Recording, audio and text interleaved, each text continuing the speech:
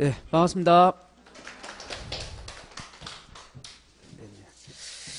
예, 그래서 오늘은 이제 과점주주를 보시면 되겠죠, 그죠? 과점주주. 자, 그래서 87페이지 펴시면 되겠네요. 87페이지. 자, 그래서 87페이지 보시게 되면 그 과점주주가 된 경우에 납세 의무 하는 거 있을 겁니다. 그래서 저번 시간에 아직 과점주주 안 봤죠? 예. 자, 그래서 일단 과점주주의 요건을 제가 적어 놓을게요. 과점주주의 요건.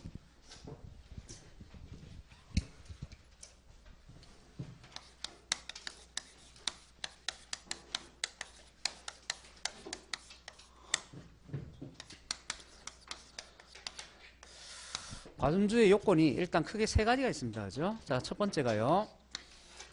비상장법인의 주식이어야 됩니다. 비상장법인의 주식이어야 되고,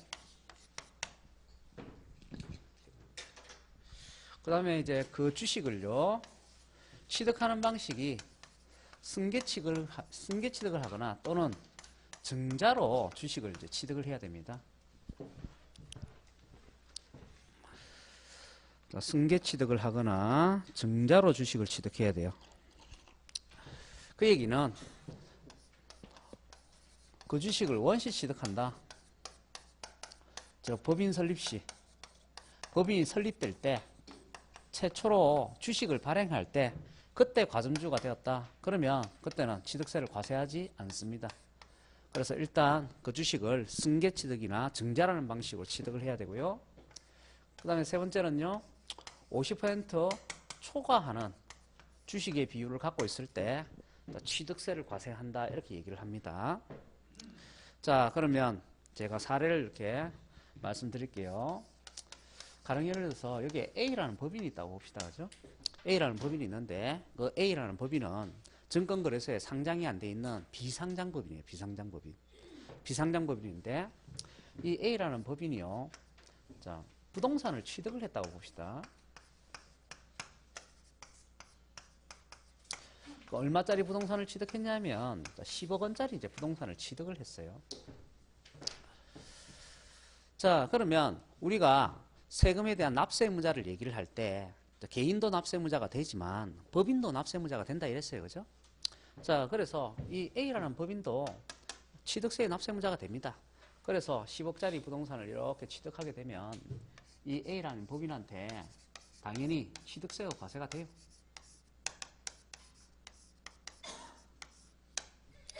그래서 이제 A라는 법인이 이제 취득세를 한번 냅니다. 내고.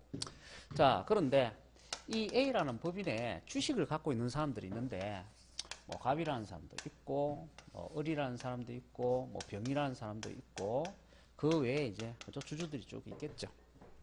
자, 그랬을 때, 뭐, 갑이라는 사람이 주식을 한 40% 정도 갖고 있다고 보고, 을이라는 사람이 한 20% 정도 갖고 있다고 보고, 그 다음에 병이라는 사람이 한 10% 정도 갖고 있다고 봅시다. 그죠? 자, 그런데 지금 이런 상태에서는 어느 누구도 이 법인을 사실상 지배하고 있다고 볼 수가 없다 이 말이에요. 이 법인을 사실상 지배하려면 50% 초과하는 지분을 갖고 있어야 돼요. 그렇게 해야 주주총회 때 뭔가 안건을 냈을 때 자기 마음대로, 그죠? 그 안건을 통과시키고 해서 회사를 사실상 지배할 수 있다 이 말이에요. 그죠? 자, 그래서 이 갑이라는 사람이 지분을 많이 갖고 있긴 갖고 있지만 50% 초과하는 지분을 갖고 있지 않기 때문에 회사를 지배할 수가 없습니다. 그래서 어떻게 하기로 했냐면 이 갑이라는 사람이 을의 주식 20%를 매입하기로 했어요. 매입. 그래서 이렇게 20%를 승계취득을 하는 거예요. 승계취득. 자, 그래서 승계취득을 하게 되니까 이 갑이라는 사람의 주식의 비율이 이제 60%가 되잖아요. 그죠? 60%. 자, 그러면 우리는 이걸 뭐라고 얘기하느냐면 옛날에 40% 이렇게 주식을 갖고 있을 때 이때는 우리가 일반주주라 얘기해요. 일반주주. 자, 그런데 이제 50% 초과하는 지분을 갖게 되면 우리는 과점주주라 얘기합니다. 과점주주. 자, 그리고 아까 제가 말씀드릴 때 요건이 뭐라 그랬어요? 일단 이 법인은 비상장 법인이어야 된다 했고, 그죠? 증권거래소에 상장이 안 돼 있는 비상장 법인이어야 된다 이랬고, 그 다음에 주식을 취득하는 방식은 어떤 방식이요? 승계 취득하거나 증자로 취득해야 된다 그랬죠? 그리고 50% 초과하는 뭐가 되었을 때? 과점주가 되었을 때. 자, 그럼 요건 세 가지가 다 맞죠? 자, 그러면 이제 과세관청은 갑한테도 취득세를 과세를 한다 이렇게 되는 거예요.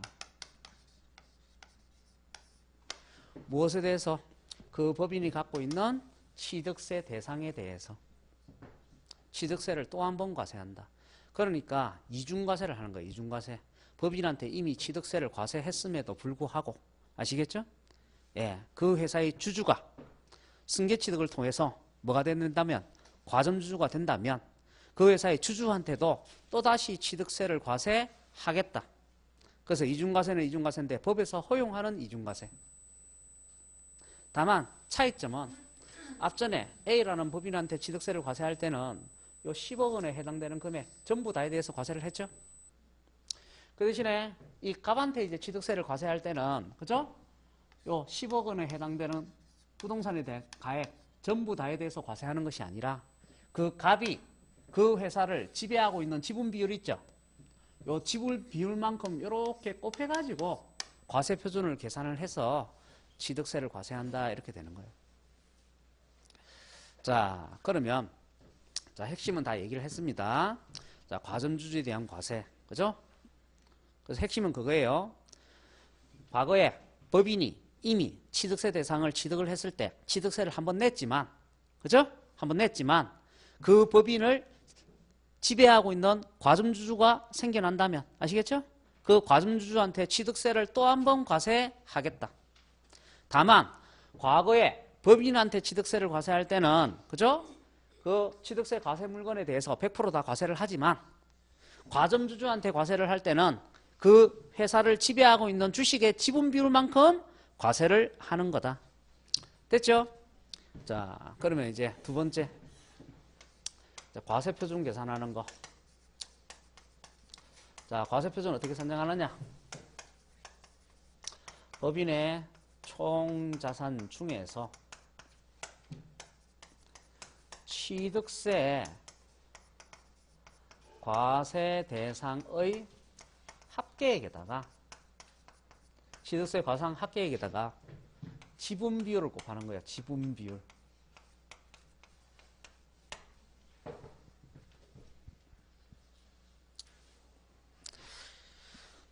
자, 지금 이 법인은 지금 제가 부동산만 갖고 얘기를 했죠? 근데 가령 예를 들어서 법인이 부동산만 갖고 있으라는 보장이 없잖아요. 그죠? 그래서 부동산도 갖고 있을 수도 있고 또는 차량이나 기기장비 이런 것도 있을 수 있고 또는 무채세상권으로서 공업소유권이나 특허권 이런 걸 갖고 있을 수도 있고요.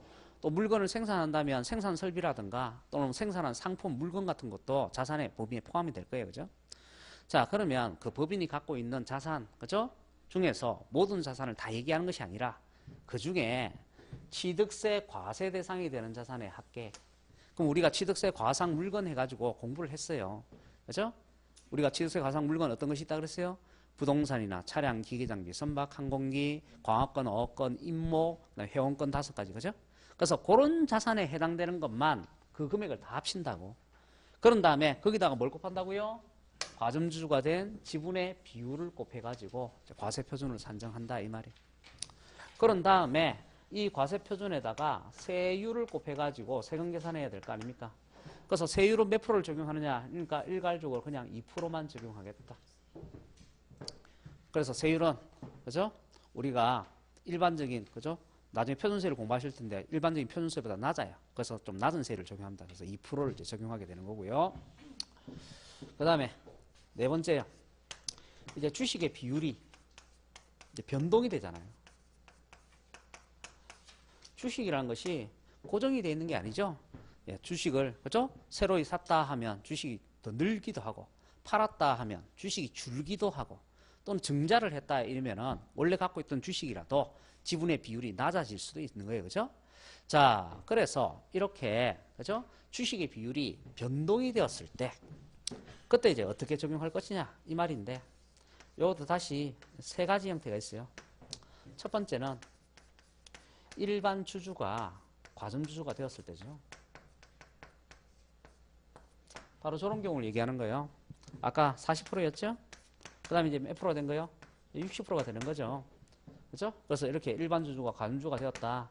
그러면 그때는 전체 비율로 과세를 합니다. 전체 비율이 지금 60%가 되겠죠?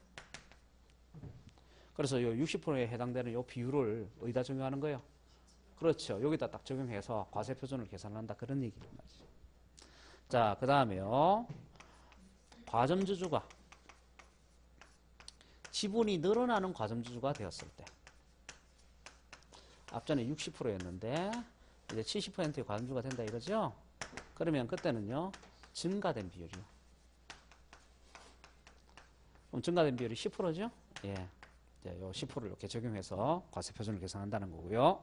그다음 세 번째는요. 과점주주가 이번엔 지분을 팔아가지고 일반 주주가 되었다가 다시 지분을 늘려서 또다시 과점주주가 되는 거예요. 이때는요. 이전보다 증가된 비율로 하는 거죠. 그래서 앞전 최고 비율이 지금 60% 아닙니까? 거기서 이제 70%가 된 거니까 증가된 비율이 10%가 되겠네요. 그죠? 자, 그래서 이렇게 해가지고 과점주주에 대한 내용을 이제 정리하시면 되겠다. 그죠? 자, 그러면 이것이 이제 책에서 어떻게 표현되고 있는지 이제 한번 봅시다. 거기 이제 87페이지에 보시게 되면은 거기에 맨 위에 13번에 과점주가 된 경우 납세의무가 나와 있고, 그죠? 거기 보시면은 의의해가지고 그 바로 밑에 줄에 보면 비상장법인의 주식 또는 지분 이렇게 돼 있죠. 그래서 비상장법인이 나옵니다. 그 다음에 거기 네 번째 줄에 보시게 되면 다만 해가지고 법인 설립 시에 발행하는 주식 또는 지분을 취득함으로써 과점주가 된 경우는 취득으로 보지 아니한다. 이거 적어놨죠. 법인 설립 시 주식을 최초로 발행할 때 그때 50% 초과하는 과점주가 되었을 때는 취득세를 별도로 과세하지 않겠다. 그 다음에 양갈로 2번에 보시게 되면 그 세 번째 줄에 그죠? 그 법인의 발행 주식 총수 또는 출자 총액의 100분의 50을 초과하는 자리 나와 있죠? 자, 50%를 초과하는 주식을 갖게 되어야 과점주가 되는 거다. 그죠? 그거 설명하고 있고요. 그 다음 그 밑에 양갈로 3번에 보시게 되면 최초로 과점주가 된 경우 해가지고, 그죠? 바로 밑에 줄에 보면 법인의 과점주주가 아닌 주주 하는 거 나올 거예요. 과점주주가 아닌 주주. 그죠? 과점주가 아닌 주주가 그 밑에 줄에 최초로 과점주가 됐다. 이래 돼 있죠? 그죠? 그럼 그 밑에 줄에 또 색깔칠한 부분이 뭐라 돼 있어요? 모두 취득한 것을 이래 돼 있죠? 바로 요거잖아요. 과점주주 아닌 자죠. 일반 주주가 뭐가 되었다가 최초로 과점주가 되었다. 그러면 모두라는 게 전체 비율, 그 사람이 갖고 있는 전체 비율에 대해서 과세하겠다. 그 얘기. 그다음 넘기시고요. 양갈로 4번에 이미 과점주가 된 경우 하는 거 있죠? 그러니까 동그라미 1번에 보시면 이미 과점주주가 된 주주가 이미 과점주주 하는 거 나올 거예요. 그죠? 그 다음에 그 밑에 줄에 보시게 되면 과점주주가 가진 주식이 그죠? 비율이 증가된 경우 하는 말 나와 있죠? 그리고 그 밑에 줄에 보면 그 증가분을 취득으로 본다 이래 돼 있죠? 요거잖아요. 이미 과점주주인데 지분을 더 증가시켰다. 그죠? 그러면 어떻게 한다고요? 증가된 비율에 대해서 과세한다고. 그 다음에 양갈로 5번에 보시게 되면 재차 과점주가 된 경우 있을 거예요. 그 밑에 보시게 되면 과점주주였으나 이래 돼 있죠. 그러니까 처음에는 과점주주였다. 그죠? 그런데 그 첫 번째 줄 끝에 보시면 과점주주에 해당하지 아니하게 되었다가 이래 돼 있죠? 그 다음에 그 옆에 줄에 보면 다시 과점주가 되었다 이래 돼 있죠? 그리고 그 밑에 두 번째 줄에 보면 증가된 경우에만 이래 돼 있죠? 자, 요거잖아요. 과점주주였는데 과점주주 아닌 자가 되었다가 다시 과점주가 되면 이전보다 증가된 비율 이렇게 되는 거라고요. 자, 그러면 왜 책에 있는 내용을 다 일일이 확인을 했냐면 제가 이렇게 간단하게 정리를 했잖아요. 근데 시험 문제는 어떻게 내온다고요? 책에 표현된 대로 그렇게 나온다고. 이게 법률 규정에서 그렇게 표현을 해놓은 거란 말이에요. 아시겠죠?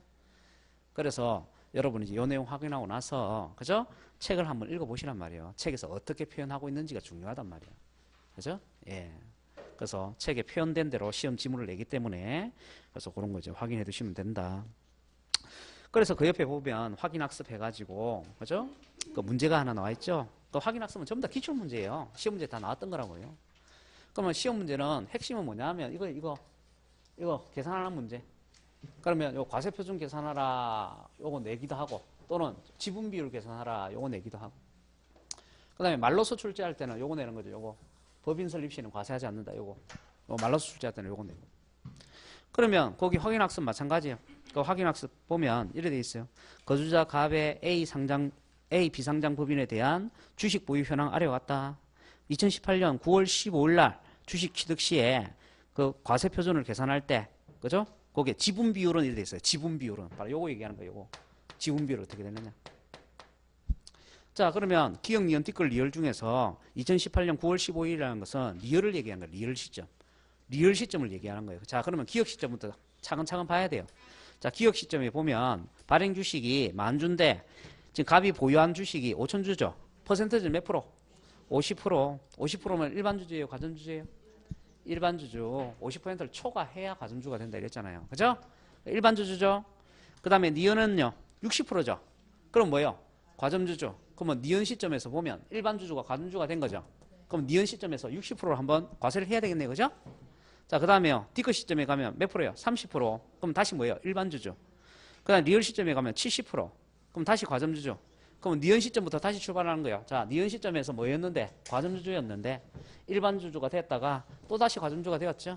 그래서 문제는 니은 시점을 묻는 게 아니고 리얼 시점을 묻잖아요. 리얼 시점. 그죠? 그럼 리얼 시점으로 보면 그죠? 앞전 최고 비율보다 증가된 비율로 과세해야 되겠죠. 그러니까 증가된 비율 몇 프로라고? 10%. 그래서 정답은 1번이라고. 그죠? 예. 예, 뭐 그런 식으로 해서 문제를 풀어주면 되는 거예요. 자, 그 다음에 그 밑에 이제 취득시기 나옵니다. 취득시기.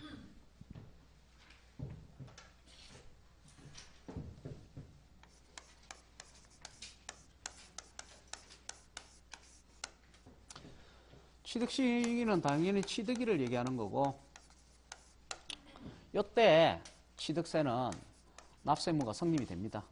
그래서 납세의무 성립 시기도 되는 거죠.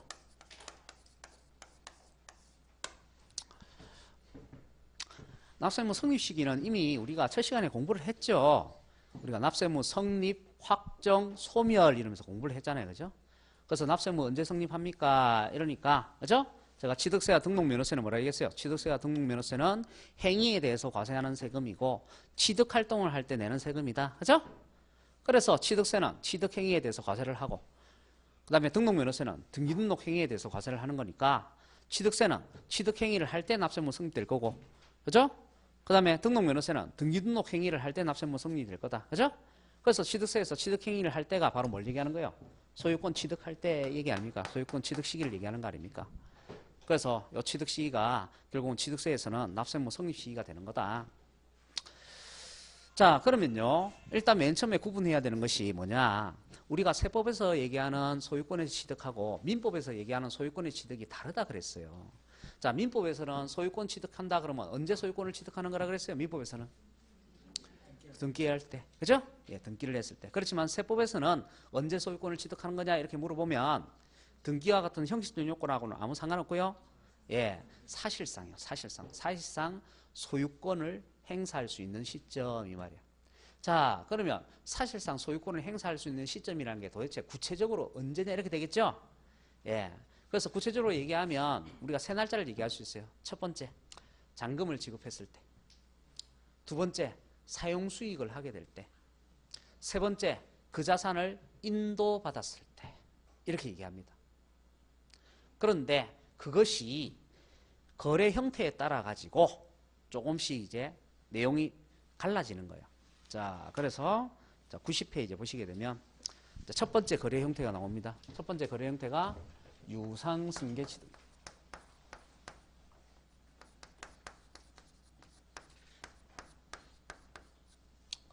자, 그래서 유상승계취득이라는 것은 승계, 다른 사람으로부터 권리를 넘겨받고 그때 유상, 대가를 지불하는 걸 얘기하는 거예요. 그걸 우리가 유상승계취득 그래요. 다른 사람부터 권리를 넘겨받는데 그때 뭘 지급한다고요? 대가를 지급하는 거. 그게 유상승계취득이라고. 그런데 유상승계취득의 종류가 많단 말이에요. 매매도 유상승계취득에 해당되고 그 다음에 연부취득도 유상승계취득에 해당이 되고 또는 교환이라든가 현물출자라든가 대물변제라든가 기타 등등 유상승계취득의 종류가 굉장히 많다고 아시겠죠?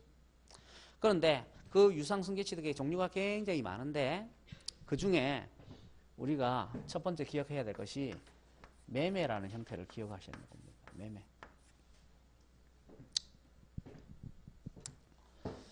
자, 그래서 매매라는 형태로 부동산 거래를 했을 때 그때 소유권 취득 시기가 어떻게 되느냐 이 말입니다.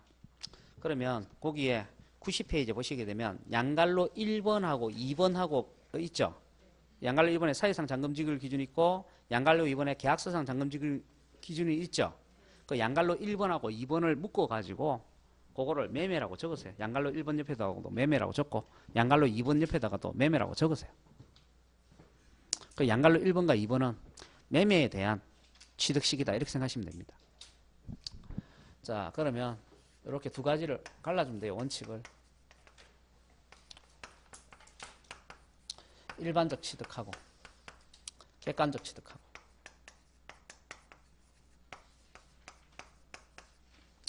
객관적 취득이란 게 뭐냐? 요거 입증되는 거 얘기하는 거예요. 입증. 객관적 취득이란 거는 입증되는 거. 자, 그러면 뭐가 입증이 돼야 되느냐? 사실상 잔금 지급일이 입증되는 경우, 실제 돈 지급한 날이 입증되는 경우 이 말이야. 그것을 갖다가 우리는 객관적 취득이라고 한다. 자, 그러면 실제 돈 지급한 날이 입증되는 매매는 어떤 형태의 매매냐? 그러니까 그게 5가지가 나와 있어요. 그래서 90페이지 보시게 되면 동그라미 1번부터 5번까지 돼 있죠. 거기에 앞머리 동그라미 이렇게 쳐놨죠. 그렇게 외우지 말고 우리가 편안하게 그냥 앞머리를 그대로 외웁시다. 국, 외, 공, 판, 법이라고 이렇게 합시다. 가능하면 앞머리 그대로 따는 게 좋아요. 왜냐하면 지금 앞머리 따야 될 게 억수 많기 때문에, 그죠? 각각 과목마다. 그래서 막 앞뒤로 자꾸 그죠? 뒤에 뭐 이상한 거 갖다 붙이고 이러면은 헷갈립니다. 자, 그래서 국이란 게 뭐냐? 국가나 지방자치단체, 지방자치단체 조합으로부터 취득을 했다. 그죠?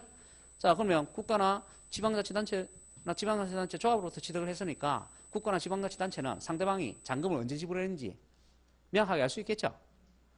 외국으로부터 수입을 했다. 그러면 수입 면장이 찍혀있는 날을 사실상 잔금 지급을 인정해준다는 의미고요. 그 다음에 공매, 경매 같은 경우는 경매대금 지불하면 당연히 과세관청이 경매대금 언제 지불했는지 명확하게 알 수 있을 거 아닙니까? 그 다음에 판결문에서 잔금 지급이 입증이 되거나 법인장부에 의해서 입증이 되면 역시 이것도 실제 잔금을 지급한 날 입증되는 걸로 보겠다 이 말이에요. 그래서 요 5가지 국외 공판법 요 5가지는 사실상 잔금 지급이 입증되는 경우입니다. 자, 그러면 우리가 매매에서 그럼 요 5가지 이외에는 사실상 잔금 지급이 입증이 안 된다는 거잖아요. 그죠? 자, 그러면 요 5가지 이외의 매매는 어떤 것이 있느냐? 국가하고 거래한 것도 아니고 법인하고 거래한 것도 아니래요. 그러면 누구하고 거래했냐면 요거는 개인 간의 매매를 얘기하는 거예요. 개인 간의 매매. 자, 개인 간의 매매는 과세관청이 실제 잔금 지급한 날 그걸 인정 못하겠다 이 말이에요. 왜냐하면 개인 간에 얼마든지 말을 맞추고 그죠? 날짜를 조작할 수 있기 때문에. 자, 그래서 개인 간의 매매의 경우에는 실제 잔금 지급한 날을 인정을 못하니까 언제를 취득시기로 하느냐면 계약상 잔금 지급을 하는 거예요.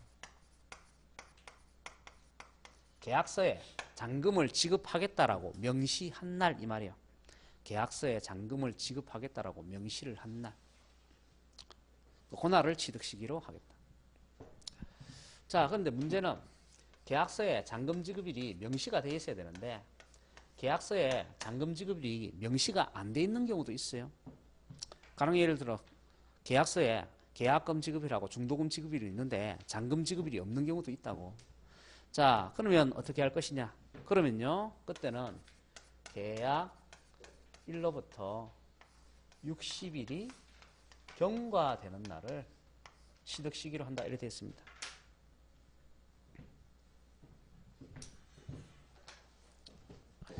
자, 그러면요, 요 60일이 경과가 돼야 돼요. 60일이 경과가 돼야 된다는 말은 뭐냐면 61일째 되는 날을 얘기하는 거다 이 말이에요. 61일째 되는 날. 경과라는 말이 꼭 들어가야 돼요. 자, 그럼 왜 하필이면 61일째 되는 날이냐? 그죠? 우리나라 달력이요. 그죠? 퐁당퐁당으로 돼 있단 말이에요. 그죠? 어떤 달은 30일이고, 그 다음 달은 30일이 말일이. 그죠? 그런 식으로 구성이 돼 있다고. 7, 8월 달 빼고는. 그죠? 그래서 가령 예를 들어서 내가 계약을 한 4월 10일쯤 했다 그러면요. 거기서 61일째 되는 날을 이제 계산을 해야 될 거 아니에요. 그죠? 자, 그러면 초일은 불산입하고 말일을 산입해서 계산을 하니까, 그죠? 4월 10일 날, 그날은, 그죠? 날짜 계산을 안 하고 초일이니까 날짜 계산을 안 하고 그 다음 날부터 날짜 계산을 하는 거예요. 그러면 4월 11일부터 이제 1일차가 되는 거죠. 그렇게 해갖고 61일째 되는 날을 딱 계산을 해보면 그죠? 언제가 되냐면 6월 10일이 돼요. 왜 6월 10일이 되느냐면 5월달은 말일이 30일이라 해서 하루가 더 있기 때문에. 그 얘기는 뭔 얘기냐면 결국은 계약일이 10일로 끝났잖아요. 그러면 61일째 되는 날로 보통 어떻게 끝난다고요? 10일로 끝난다고. 그래서 실무자가 계약일만 착 보면 바로 뭐요? 예, 취득 시기가 언제다 하는 걸 쉽게 찾을 수 있게끔 하기 위해서 61일째 되는 날로 한다고. 아시겠죠? 예, 그래서 자, 요거 꼭 기억을 해 두십시오. 계약상 잔금지기일이 명시가 안 돼 있을 때는 계약일로부터 60일이 경과해야 돼요. 그래서 경과란 말이 꼭 들어가야 됩니다. 이 말이 빠지게 되면 안 돼요. 그러면 그건 60일째 되는 날 이렇게 되기 때문에 틀린 질문이 되는 거예요. 그래서 61일째 되는 날 꼭 60일이 경과해야 된다. 그죠? 자, 그 다음에요. 원칙은 그런데 예외.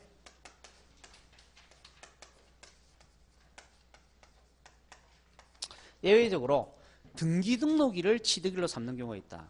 제가 아까 말씀드릴 때 뭐라고 했어요? 등기 등록일은 원칙적인 취득 시기가 될 수 없다 그랬죠? 예, 그렇지만 이 원칙적인 취득 시기보다 등기 등록일이 앞서 있을 때 그때는 예외적으로 등기 등록일도 취득일이 될 수 있네요. 그래서 이거를 우리가 선등기 이렇게 얘기합니다. 선등기. 자, 등기 등록일이 원칙적인 취득 시기보다 앞서 있을 때 그때는 그죠? 그 등기 등록일을 또 취득일로 하기도 한다.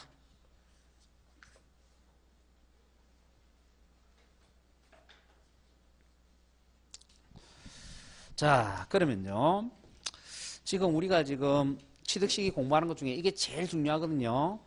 왜 제일 중요하냐면 요거는 외우기도 외워야 되지만 어떤 사례가 나오면 응용을 해서 풀 줄 알아야 돼요. 자, 보세요. 가령 예를 들어서 여기 각각 을이 부동산을 이제 매매를 합니다. 매매를 하는데 계약서상의 내용도 있고 사실상의 내용도 있어요.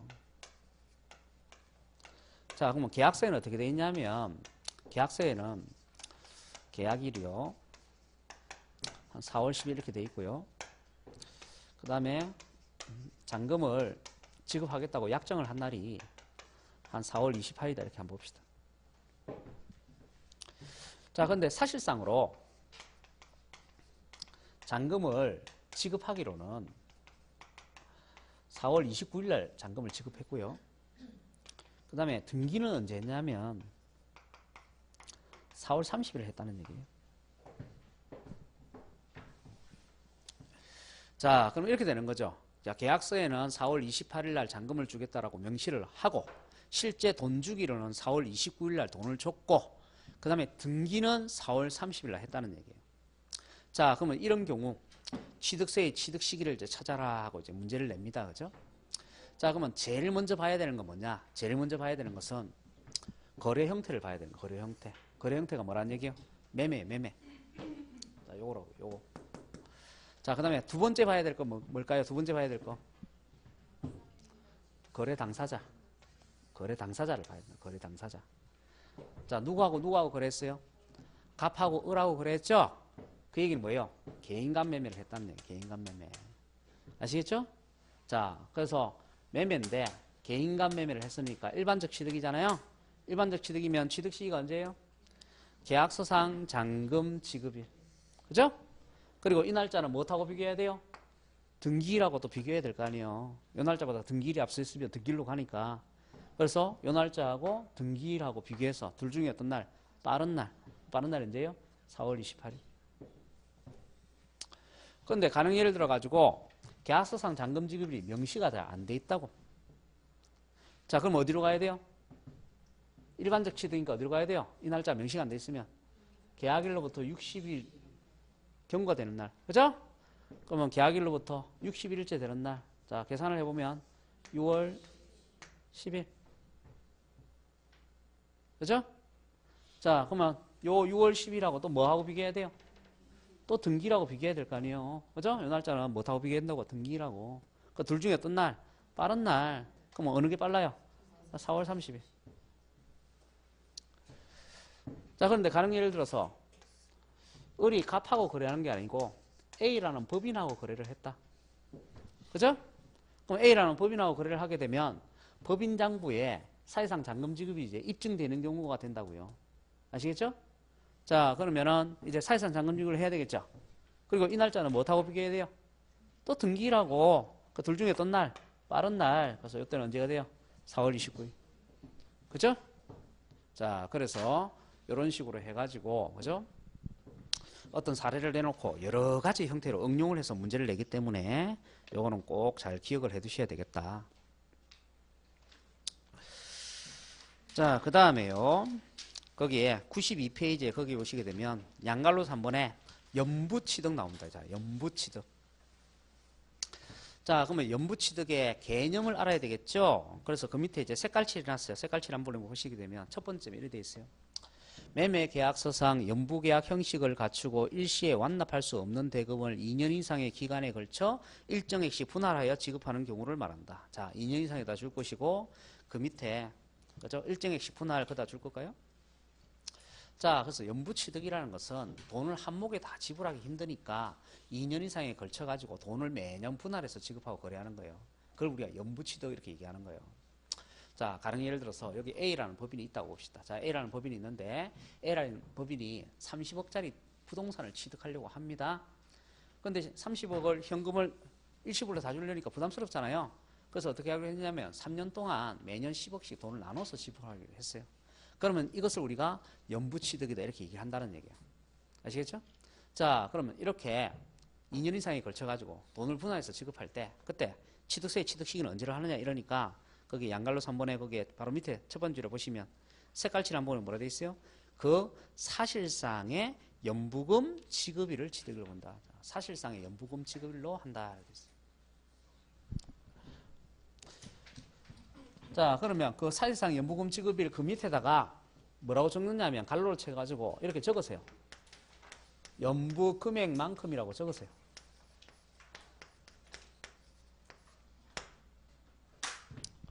그래서 사실상 연부금 지급일 날 연부 금액만큼 취득세를 과세하겠다. 그 얘기는 첫 해에 10억을 지불했으면 그죠? 그 10억에 대해서만 과세를 하겠다 그 얘기예요. 지금 총 지불한 금액은 얼마예요? 30억을 지불할 거죠? 근데 30억에 대해서 한목에 다 과세하는 것이 아니라 매년 지불하는 금액에 대해서 그 금액만큼 취득세를 과세한다고. 됐습니까? 자, 그런데 그것이 유상승계취득의 대원칙에 어긋난단 말이에요. 유상승계취득의 대원칙에는 언제 취득세를 내면 된다 돼 있어요? 잔금을 지급했을 때, 대금을 전부 다 지급했을 때 그때 취득세를 내면 된다 이렇게 돼 있단 말이에요. 근데 연부취득은 그렇지 않죠? 돈의 일부만 가도 취득세를 내라 이렇게 돼 있잖아요. 그것을 갖다가 우리는 뭐라고 얘기하느냐 하면 징수의 편의를 위해서 만든 규정이다 이렇게 얘기합니다. 징수의 편의를 위해서 만든 규정이다. 무엇이? 연부취득이란 규정이. 이거는 과세관청에서 세금 편안하게 거두려고 임의적으로 만든 규정이다 이 말이야. 세법의 원리에 의해서 만들어낸 규정이 아니고. 자, 그러다 보니까 가령 예를 들어서 자 이런 경우가 있잖아요. 자, 총 30억을 이제 지불해야 되는데 첫 해 때 10억을 지불해서 취득세를 냈습니다. 그 다음에 둘째 때 또 10억을 지불해야 되는데 둘째 때 10억을 지불하려고 보니까 부동산 경기가 너무 안 좋아. 그죠? 자, 그 다음에 전체 이제 경기도 너무 안 좋아가지고 회사에서 그 30억짜리 부동산을 살 여력이 안 되는 거예요. 그래서 이 사람이 어떻게 하느냐 하면은 매도자하고 협의를 해가지고 내가 위약금을 조금 지불할 테니까 우리 계약 없었던 것처럼 합시다. 이래갖고 계약을 해제를 했다고 봅시다. 그죠? 자, 그러면 두 사람 간에 이제 부동산 거래는 없었던 것이 되는 거예요. 근데 문제는 앞전 10억에 대해서 낸 취득세 있죠. 취득세. 그죠? 그 과세관청에서 되돌려 줄 거냐 이 말이에요. 그죠? 그래서 되돌려 준다 안 되돌려 준다? 되돌려 준다. 그래서 거기에 색깔칠 한번 보시게 되면 두 번째 점에 나와 있어요. 연부취득 중 과세 물건을 마지막 연부금 지급일 전에 해제된 때에는 취득이 아니다. 따라서 이미 납부한 취득세는 환급하여야 한다. 자, 그러면 취득세 왜 되돌려 주는 거예요? 제가 얘기했잖아요. 징수 편의 규정이라고. 이건 세금 편하게 거두려고 만든 규정이기 때문에 세법의 기본 원리하고 맞다 안 맞다? 안 맞다. 세법의 기본 원리는 언제 취득세 내라? 잔금을 다 지급해야 그때 소유권 취득한 거니까 취득세를 내라 이렇게 돼 있단 말이에요. 근데 지금 연부취득의 경우 잔금이 다 지급된 상태예요? 안 된 상태예요? 안 된 상태잖아요. 그러니까 그 중도에 계약이 해제가 되게 되면 취득한 걸로 볼 수가 없는 거예요. 세법상으로도 소유권 취득한 걸로 볼 수가 없다고. 아시겠죠? 예, 그래서 그죠? 거기에 대해 세금 낸 것이 있으면 되돌려 줘야 된다 이렇게 얘기를 하는 겁니다. 자, 그 다음에요. 그 밑에 이제 양갈로 4번에 역시 그죠? 사실상 연부금 지급일 전에 또 뭘 하면 등기를 하면 역시 그죠? 연부취득의 경우에도 그죠? 예, 등기일이 예외적으로 취득이 될 수 있다 하고 적혀져 있죠? 예, 그런 내용 확인하시고. 자, 그 다음에 이제 93페이지요. 무상승계 취득 볼게요. 자, 무상승계 취득 원칙에서 그 밑에 줄에 보시면 그 계약일 하는 거 나와 있죠? 계약일. 첫 번째 줄에 계약일 찾았습니까? 계약일 위에다가 이렇게 하살표 하나 해가지고 증여라고 적었어요. 증여. 우리가 무상승계 취득이라 하게 되면 두 가지로 구분하면 돼요. 상속과 증여로 구분하면 됩니다. 상속은 사후 이전이고 증여는 생전 이전이죠. 살아있을 때 누구한테 재산을 공짜로 주면 증여. 그죠? 재산을 물려주시는 분이 돌아가시면서 법에서 정해놓은 상속인한테 재산을 물려주면 상속. 그죠? 그래서 상속은 사후 이전, 증여는 생전 이전. 그죠? 그래서 우리가 무상 이전을 이렇게 두 가지로 구분한단 말이에요. 상속과 증여로. 자, 그랬을 때 증여가 이루어졌다. 그러면 그죠? 그 증여받는 사람은 언제 그 재산을 취득하는 거냐 이 말이죠? 언제 취득한다고요? 증여 계약일 날, 계약일. 증여 계약을 했을 때 그럼 민법 시간에 뭐 계약에 대해서 공부하셨죠? 계약. 계약은 언제 성립이 된다 그래요? 계약은 언제 성립이 됩니까? 예, 그렇죠. 의사표시에 합의를 이루어졌을 때, 그죠? 그죠? 청약과 승낙이라는 의사표시가 합치가 되면 계약이 성립하죠? 자, 그러면 그 계약을 성립할 때, 그죠? 꼭 문서로 해야 돼요? 아니면 구두로도 할 수 있어요? 분료식이죠, 분료식. 구두로도 할 수 있고, 문서로도 할 수 있고, 일정한 양식이 필요 없죠? 그런데 세법은 안 그렇단 말이에요. 자, 세법은 여기서 그 계약일이라는 것이 반드시 문서로 했을 때만 해당이 되는 거예요. 그래서 시험 문제에 어떻게 나왔냐면 증여계약서 작성일 이렇게도 출제를 했어요. 명확하게 출제하기 위해서. 그래서 이건 구두로는 안 돼요. 그럼 구두로는 왜 안 될까요? 과세관청이 모르잖아요. 입증이 안 되잖아요. 언제 서로 말로 주고받았는지. 그죠? 예. 그래서 항상 세법은 그렇게 생각하시면 돼요. 과세관청이 알 수 있게끔 입증이 돼야 돼. 입증이. 둘이서 쑥닥쑥닥 한 거 해당이 안 된다 이 말이에요. 아시겠죠? 예. 자, 그런데 이 계약일도 마찬가지예요. 그 밑에 양갈로 이번에 보시면 예외해가지고 계약일 전에 뭘 했다? 등기를 했다. 그러면 언제로 한다고요? 등기 등록일. 그 다음에 다시 그 계약일로 다시 올라가고요. 계약일에 갈로에 보시게 되면 상속 또는 유증을 위해서 취득했다 나와있죠? 예, 그때는 언제 한다고요? 언제를 취득시키를 한다고요? 상속 개시일 또는 유증 개시일이요. 상속 또는 유증 개시일 이렇게 돼 있죠? 예, 그게 상속 개시일 또는 유증 개시일 그 말을 줄인 거예요. 그러면 상속만 잘 아시면 돼요. 상속의 경우에는 언제를 한다고요? 상속 개시일로 한다고. 상속 개시일은 피상속인의 사망일을 주로 얘기하는 거예요. 뭐 실정 선고의 경우는 실정 선고 이렇게 얘기하는데 실정 선고 몰라도 돼요. 예, 시험 문제 안 나오니까. 실정 선고라는 것은 가령 예를 들어 가지고 이 사람이 그죠? 자, 배를 타고 어디 여행을 떠났는데 그죠? 배가 태평양 한가운데에서 침몰이 돼버렸다. 그죠? 근데 사람이 죽은지 사는지 알 길이 없다 이 말이죠? 예. 자, 그러면 이 사람이 지금 죽은지 사는지는 알 길이 없는데 그죠? 그 사람이 살아 돌아올 때까지 몇십 년 동안 계속 법적으로 산 사람으로 계속 법적으로 존재하게 되면 살아있는 사람들이 고통을 받는다 이 말이에요. 자, 부인은요 재가를 하고 싶어도 할 수가 없죠. 우리나라는 이중혼이 금지가 되어 있기 때문에. 그죠? 그 다음에 자녀들은요 상속을 받고 싶어도 받을 수가 없어요. 아니, 아버님이 돌아가셨다 하는 게 판정이 되어야 상속이 이루어질 거 아닙니까? 그죠? 자, 그래서 이런 경우에 어떻게 하느냐 하면, 그죠? 특히 이제 뭐 이렇게 항공기 침몰이라든지, 배 침몰이라든지, 항공기 추락이라든지, 뭐 전쟁이라든지 이런 것들 같은 경우에는 기간을 1년 준대, 1년. 그래서 1년 동안 소식이 없으면 이제 그 이해 당사자가, 그죠? 예, 실종 선고를 해달라 하고 법원에 청구를 할 수가 있어요. 아시겠죠? 그래서 법원에서 실종 선고를 딱 해주면 이제 이 사람이 어느, 그죠? 외딴 섬에 외로이 살고 있더라도 법적으로 죽은 사람이 되는 거예요. 아시겠죠? 예. 그러면 이제 그때 상속이 개시된다 이렇게 얘기를 하는 거예요. 아시겠죠? 예. 그래서 뭐 그래도 익숙할 거예요. 여러분이 이제 막장 드라마 보면 자주 나오니까. 예. 그죠? 예. 아, 그게 이런 얘기였구나. 그죠? 예. 예, 익숙하실 거예요. 그죠? 자, 어쨌든 그래서 이제 상속의 경우는 이제 상속 개시일이 피상속이 사망일인데, 자, 근데 피상속이 사망하기 전에 무언가 재산을 이전해 줬다 그러면은 그거는 상속이 아니고 뭐가 돼요? 증여가 되는 거죠. 그러니까 상속 개시일보다 앞선 날은 있어요, 없어요? 없잖아요. 상속 개시일보다 앞선 날은 있을 수 없다고. 아까 증여는 증여 계약일 전에 등기를 하면 등기를 취득일로 한다 그랬죠? 그런데 상속 개시 전에 누구한테인가 재산을 넘겨줬다, 등기를 해서 넘겨줬다. 그럼 그거는 상속이 아니고 뭐다? 증여다. 그러니까 상속 개시일보다 앞선 날은 존재할 수 없잖아요. 아시겠죠? 예. 자, 그 다음에요. 그 밑에 보시게 되면 다만 해가지고 해당 물건을 등기 등록하지 아니하고 그 다음에 어느 하나에 해당하는 서류에 의해서 계약이 해제된 사실이 입증되는 경우 취득으로 보지 아니한다 하는 거 나와 있죠. 자, 계약 해제에 대해서 나와 있습니다. 계약의 해제.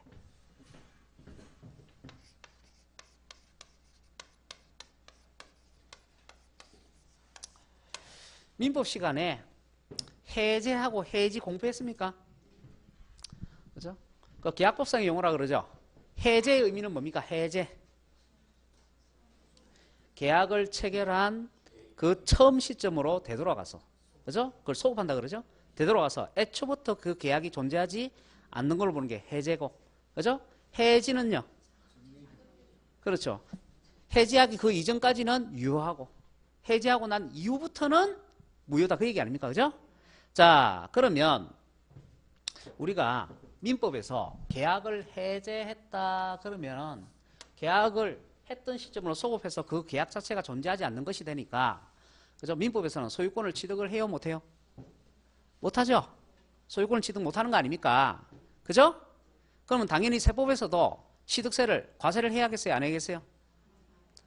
안 해야 될 거 아닙니까? 그죠? 그런데 세법에서는 그냥 계약을 해제했다는 사실만 가지고는 취득세를, 그죠? 요 사실만 가지고는 소유권을 취득하지 않은 거다 이래서 취득세를 과세하지 않느냐, 그렇지 않다 이 말이야. 그 세법에서는 계약을 해제하더라도 계약 해제 사실을 입증을 해야 돼요. 제가 항상 그랬잖아요. 세법에서는 뭐 해야 된다고? 입증해야 된다고. 둘이서 쑥닥쑥닥 해가지고 우리 계약 해제하자, 그거 소용없어요. 그죠? 뭘 지급했다면? 잔금을 지급했다면. 이건 잔금은 이미 지급됐을 때 얘기하는 거예요. 잔금이 지급이 다 됐는데 둘이서 쑥닥쑥닥 해갖고 우리 계약 없던 걸로 하자. 그죠? 세법에서는 인정된다 안 된다? 안 돼요. 그래서 세법에서는 이것이 취득으로 보지 않아서 취득세가 과세가 되지 않으려면 입증을 해야 된다. 입증. 자, 그래서 입증해야 되는 요건이 세 가지가 나옵니다. 세 가지. 요 작년에 시험 문제 나왔잖아요. 그러니까 옛날에는 시험 문제 안 내던 거 이런 거 막 낸단 말이에요, 이제. 그래서 내용을 참 많이 봐야 돼요, 이제는. 근데 뭐 수업은 늘 아무튼 우리가 시간은 정해져 있고 그런 거죠. 자, 보세요. 우리가 5년 전에도 이렇게 수업을 했어요. 뭐냐면 격주로 이렇게. 그죠? 5년 후에도 이렇게 하고 있습니다. 그런데 시험 문제는 어떻게 되고 있어요? 자꾸 어려워지고 있어요. 자꾸. 아시겠죠? 자꾸 디테일하게 나오고 있다. 그죠? 그러니까 수업 시간에 다 언급을 못한 부분이 있더라도 여러분이 나중에 개별적으로 책도 한번 여유가 되면 나중에 한 4월달 이후에는 한번 읽어보셔야 돼요. 어떤 내용이 있다라고. 그죠? 예. 그렇게 해야 좀 지문이 5개가 나오면 5개 지문 다 대체할 수 있을 거예요. 그죠? 지금 현재는 우리가 이제 공부를 하잖아요. 그럼 어떤 내용에 대해 핵심적인 거 딱 공부하고 나면 지문이 한 3개밖에 해결이 안 돼. 나머지 2개는 해결이 안 된다고. 그러면 나머지 2개는 어떻게 하느냐? 세법의 기본 원리를 갖고 접근하는 거예요. 그래서 자꾸 원리적으로 설명하려고 하는 거예요. 자, 보세요. 계약의 해제. 자, 요 계약 해제 사실 입증이 돼야 됩니다. 자, 입증해야 됩니다. 첫 번째. 등기를 하기 전에 입증을 해야 한다. 그래서 여기 시험 문제 나온 거죠. 그래서 등기 등록하지 아니하고 이렇게 돼 있죠. 그거 줄 꺼져 있잖아요. 우리가 보통 보면은 줄 꺼져 있는 거 있죠. 이 책에는 특징이 뭐냐면 어디다 줄을 꺼놨어. 줄을 꺼놨는데 어디다 줄 꺼놨냐면 작년에 시험 문제 나왔던 지문 있죠? 그걸 줄을 쫙 끊었다고요. 그래서 줄 끊은 거는 전부 다 작년에 시험 지문 나온 거예요. 아시겠죠? 예. 그래서 이게 작년에 시험 지문 나왔다고. 그 얘기. 그래서 첫 번째 요건이 뭐예요? 등기 등록하지 아니하고, 그 얘기는 만약 등기 등록이 이루어졌다. 그러면 두 사람 간에 계약을 해제를 했다 할지라도, 그렇게 합의를 봤다 할지라도, 그죠? 세법에서는 취득한 걸로 본다. 그러니까 세금 안 냈으면 내야 되고, 낸 세금은 되돌려주지 않겠다. 그죠?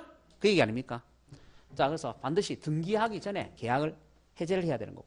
자, 그 다음에 두 번째는 법에서, 세법에서 서류를 딱 정해놨어요. 요러요러한 서류로 입증하라고. 어떤 서류가 나오냐면 화해조서 나옵니다. 인락조서 나옵니다. 공정증서 나옵니다. 그 다음에 계약 해제 신고서 나옵니다.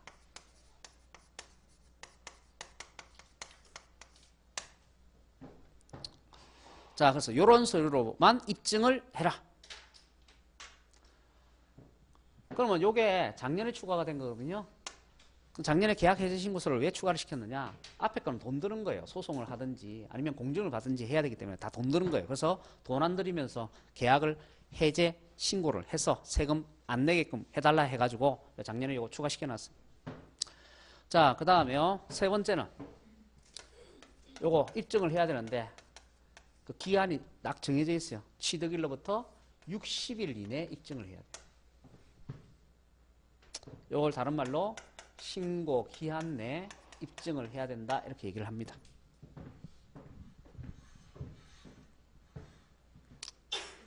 자, 그래서 무상승계취득이든 유상승계취득이든 간에 계약을 해제할 수 있다. 자, 그럼 계약을 해제했을 때 과세관청은 취득세를 과세하지 않을 수가 있는데 무조건 과세하지 않는 것이 아니고 요건이 세 가지가 맞아야 된다. 첫 번째가 등기를 하지 아니할 것, 즉 등기하기 전이어야 되고, 두 번째가 화해조서, 인락조서, 공정증서, 그 다음 계약해제 신고서와 같은 입증서류가 있어야 되고, 세 번째는요, 그 취득일로부터 60일 이내에 그죠? 입증을 해야 되겠습니다. 자, 그 다음에요. 그 밑에 이제 93페이지 아래쪽에 3번에 부동산의 원시 취득. 자, 원시 취득의 경우 취득 시기가 언제냐? 승계 취득 다 봤으니까 이제 원시 취득 보는 거예요. 자, 지금부터는 전부 다 단순한기에 단순한기. 자, 양갈로 1번에 보시면 건축물의 건축 또는 개수 나옵니다. 건축 또는 개수의 경우에는 사용 승인서 내주는 날과 그 다음에 그 밑에 또 색깔칠한 부분 나와있죠? 세 번째 줄에 사실상 사용일 중 빠른 날. 사용 승인서 내주는 날과 사실상 사용일 중 빠른 날. 그 다음에 양갈로 2번, 3번 이렇게 나오는데 2번, 3번, 4번은 3월달에 합시다. 3월달에. 공부 좀 하시고 그 다음에 봅시다. 그 다음에 양갈로 5번에 보시면 자, 공유수면 매립간척 공사 준공 인가일로 합니다. 공사 준공 인가일. 그 다음에 동그라미 2번에 그죠? 그 전에 사용 승낙이나 허가나 사실상 사용이 있으면 그 날짜로 한다 하는 것도 나와 있고. 양갈로 6번에 시효 취득의 경우는 점유 취득 시효가 완성된 날 나옵니다. 자, 그 다음에 그 밑에 4번에 간주 취득의 경우는 종류 변경과 지목 변경 같은 경우는 사실상 변경 날과 공무상 변경 날 중 빠른 날로 합니다. 자, 그 다음에 그 옆에 5번에 양갈로 1번에 민법상 이혼에 의한 재산분할, 재산분할의 경우에는 등기일 또는 등록일로 합니다. 이 재산분할은 나중에 양도소득세에서 또 설명을 할 거니까 그때 또 얘기하도록 하고요. 그 다음에 양갈로 2번, 3번 몰라도 되고요. 양갈로 4번 잠깐 한번 볼까요?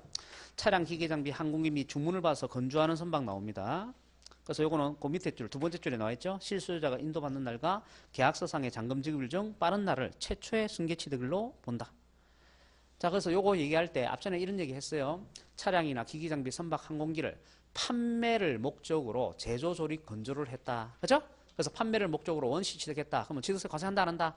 안 한다 그랬어요. 그래서 승계취득 시 과세를 하는데 그 최초의 승계취득일을 언제로 삼는다고요? 차량을 인도받는 날과 그 다음에요. 계약서상의 잔금 지급일 중 어떤 날? 빠른 날로 하겠다. 근데 여러분이 보통 차량 등록을 할 때 취득세를 내죠? 그럼 왜 차량 등록을 할 때는 취득세를 내느냐? 지금 등록이라는 말은 없는데 그 밑에 나와 있어요. 그 밑에 색깔칠한 부분 보시죠. 차량 기계장비를 할부로 취득하는 경우에는 할부금 지급 시기와 관계없이 실수요자가 인도받는 날과 등록일 중 빠른 날. 그래서 여러분이 보통 차량을 구입할 때 어떻게 구입하기 때문에? 할부로 구입하기 때문에 아시겠죠? 차량 등록일을 역시 취득일로 삼아가지고 취득세를 내게 된다. 그 얘기예요. 만약 여러분이 차량을 할부로 안 사고 일시불로 다 내고 사잖아요. 그죠?